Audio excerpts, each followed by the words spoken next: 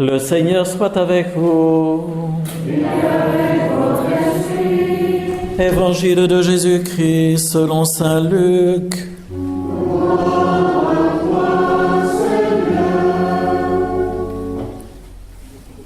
En ces jours-là parut un édit de l'empereur Auguste ordonnant de recenser toute la terre. Ce premier recensement eut lieu lorsque Quirinius était gouverneur de Syrie. Et tous allaient se faire recenser, chacun dans sa ville d'origine. Joseph, lui aussi, monta de Galilée, depuis la ville de Nazareth, vers la Judée, jusqu'à la ville de David, appelée Bethléem. Il était en effet de la maison et de la lignée de David. Il venait se faire recenser avec Marie, qui lui avait été accordée en mariage et qui était enceinte. Or, pendant qu'ils étaient là, le temps où elle devait enfanter fut accompli, et elle mit au monde un fils premier-né.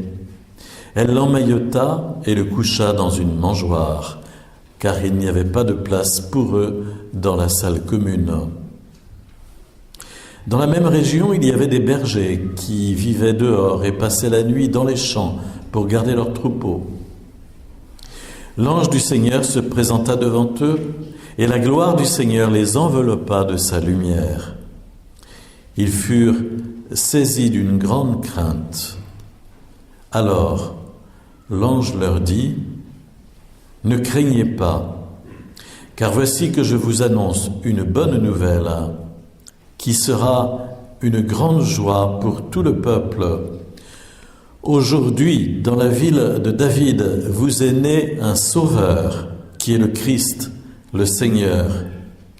Et voici le signe qui vous est donné, vous trouverez un nouveau-né emmailloté et couché dans une mangeoire. » Et soudain, il y eut avec l'ange une troupe céleste innombrable qui louait Dieu en disant : « Gloire à Dieu au plus haut des cieux et paix sur la terre aux hommes qui l'aiment. »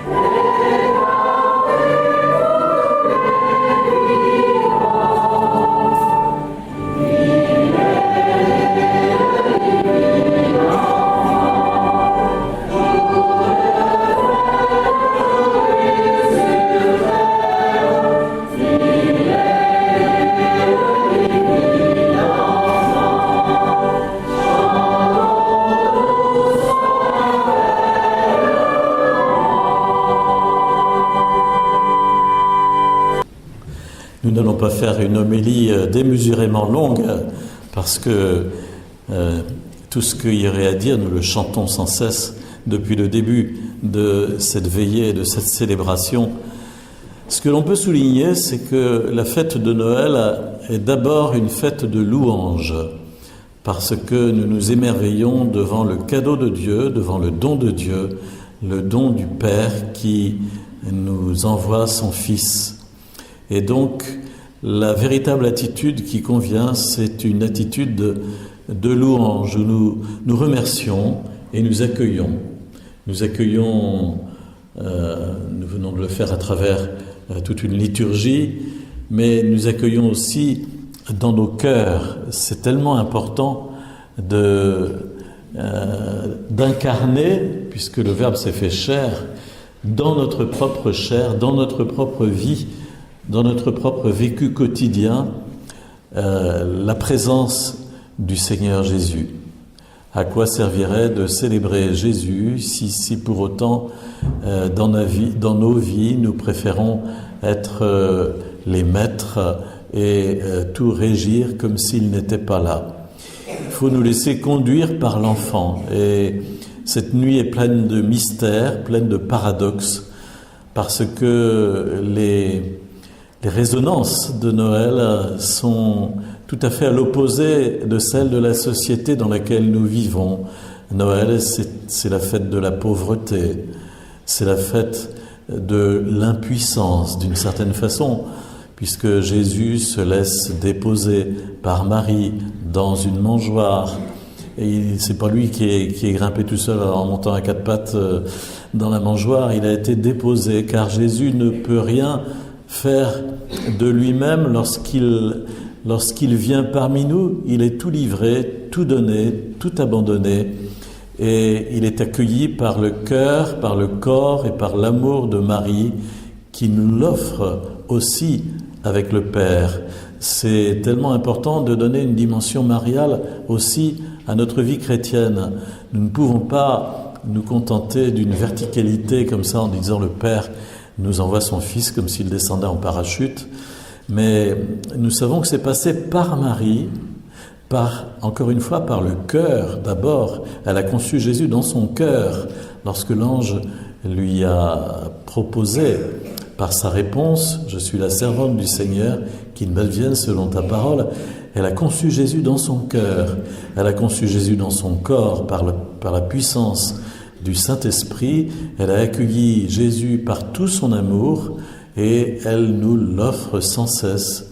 C'est en ce sens que nous préférons, dans les statues mariales qui sont dans nos églises, ou même à travers les apparitions de la Vierge Marie, souvent, il y a l'enfant Jésus. Elle nous offre Jésus, elle nous donne Jésus. Et jusque dans la récitation du chapelet, n'oublions jamais que nous ne sommes pas amenés à réciter bêtement, je veux dire mécaniquement, des Je vous salue Marie à la file, mais qu'avec Marie nous regardons Jésus, nous contemplons Jésus, nous contemplons les mystères de la vie de Jésus à travers chaque dizaine de récitations de notre chapelet. Avec les yeux de Marie, nous contemplons Jésus. Marie et Jésus et Joseph. Mais Joseph, c'est encore le plus discret dans tout ça parce qu'il n'a strictement rien dit dans les évangiles.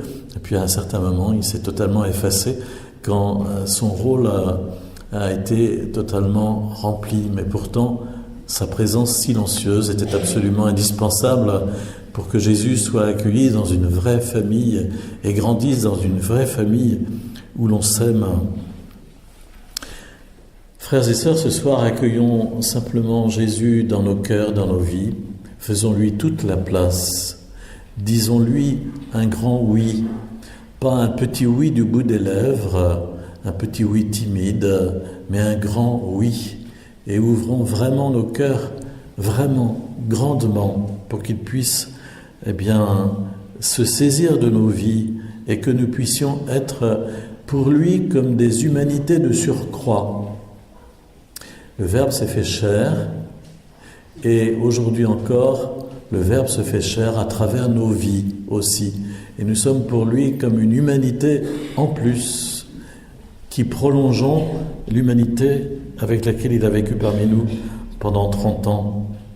Et ainsi, Jésus est toujours présent. Ne doutons jamais, quels que soient les remous du monde qui nous entourent, de la société dans laquelle nous vivons, et Dieu sait qu'aujourd'hui on est servi, ne doutons jamais de la fidélité de l'amour de Dieu qui est présent.